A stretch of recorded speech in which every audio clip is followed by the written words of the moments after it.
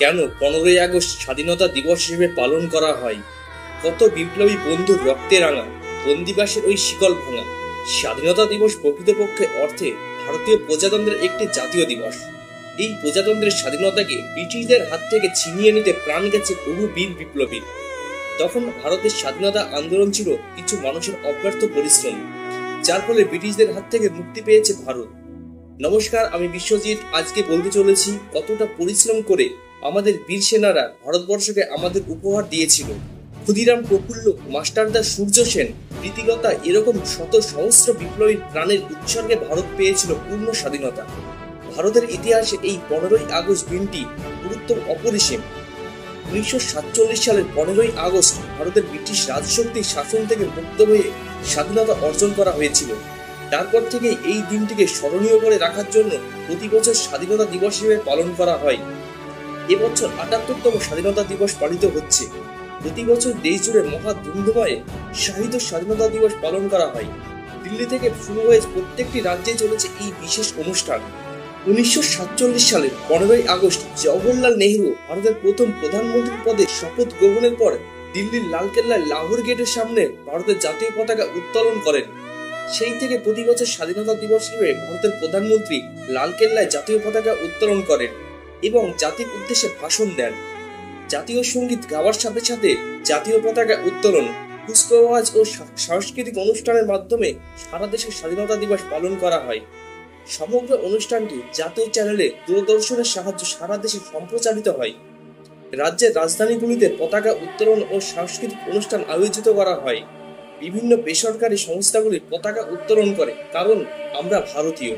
এদিন সমস্ত স্কুল কলেজে পতাকা উত্তোলন ও সাংস্কৃতিক অনুষ্ঠান হয়। এই জায়গায় মিষ্টি বিতরণ করা হয়ে থাকে। আকাশে বাতাসে ফুটে ওঠে আনন্দের ছটা। ছোট ছোট ছেলেমেয়েরা এই উপলক্ষে বিশিষ্ট স্বাধীনতা সংগ্রামীদের সাজ পোশাক পরে শোভাযাত্রা করে। সেই দিনে স্বাধীনতার প্রকৃত অর্থ বর্তমান দিনে প্রায় অনেকেরই অজানা। এই দিনের বিশেষ অনুষ্ঠান দেখার জন্য মানুষ মুখিয়ে থাকে টিভির পর্দায়, কিন্তু এর আসল ইতিহাস সম্পর্কে হয়তো অনেকেই অবগত নয়।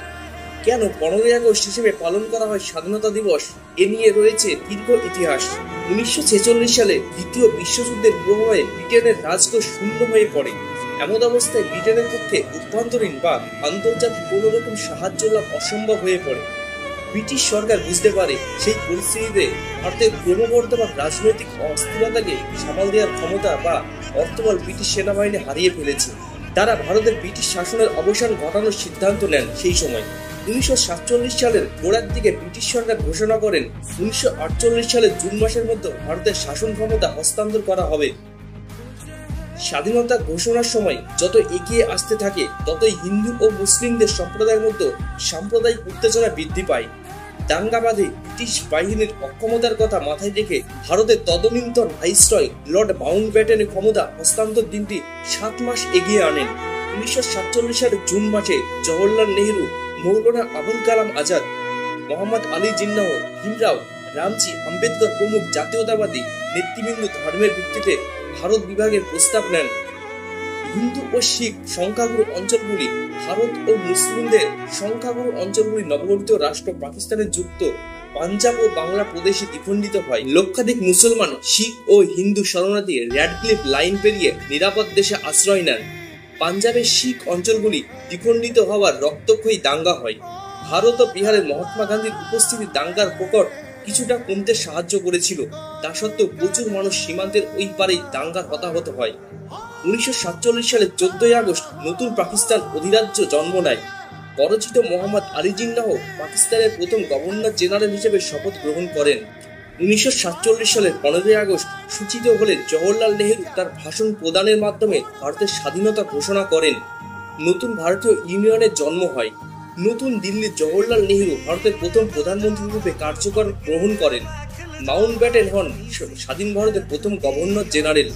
স্বাধীনতার প্রাপ্তির 73 বছর পরে এই একবিংশ শতাব্দীর আদতেই এই স্বাধীনতার পদমর্যাদা গণতন্ত্রে পূর্ণতা পাচ্ছে। এই বর্তমান সামাজিক পটভূমির হাজার প্রশ্ন উঠে আসে, কেননা হিংসা, বিভেদ, চক্রান্তমূলক রাজনীতি স্বাধীন ভারতের পরাধীন নমস্কারতা পরিচয় এই হয়ে দাঁড়িয়েছে। সেই রক্তে রাঙা পূর্ণ স্বাধীনতার বীজ বহন করেছিল স্বাধীন গণতান্ত্রিক ভারত বিভিন্ন সময় অক্ষম হয়ে পড়েছে। তাই 15ই আগস্টকে শুধুমাত্র একটি জাতীয় দিবস হিসেবে পালন না করে এই যথাযথ তাৎপর্য উপলব্ধি করা প্রয়োজন। আমাদের দেশকে হিংসা ও হানাহানি থেকে মুক্ত করার জন্য নতুন প্রজন্মকে এগিয়ে নিয়ে যেতে হবে। ঠিক এইভাবেই জন্ম হয়েছিল আমাদের ভারতবর্ষে। সেলুট তাদের, যারা নিজের রক্তে রাঙিয়ে আমাদের স্বাধীনতা দিয়েছিল। সবাই ভালো থাকবেন, নিজের খেয়াল রাখবেন। ধন্যবাদ। আজকে আসি, আবার দেখা হচ্ছে পরের কোনো গল্পে। আপনারা আমাকে গল্প পাঠাতে পারেন, আমি আপনার হয়ে আপনার গল্পকে নিজের মাধ্যমে উপস্থাপনা করব, যেটা সবারই মাধ্যমে ছড়িয়ে পড়বে। ধন্যবাদ।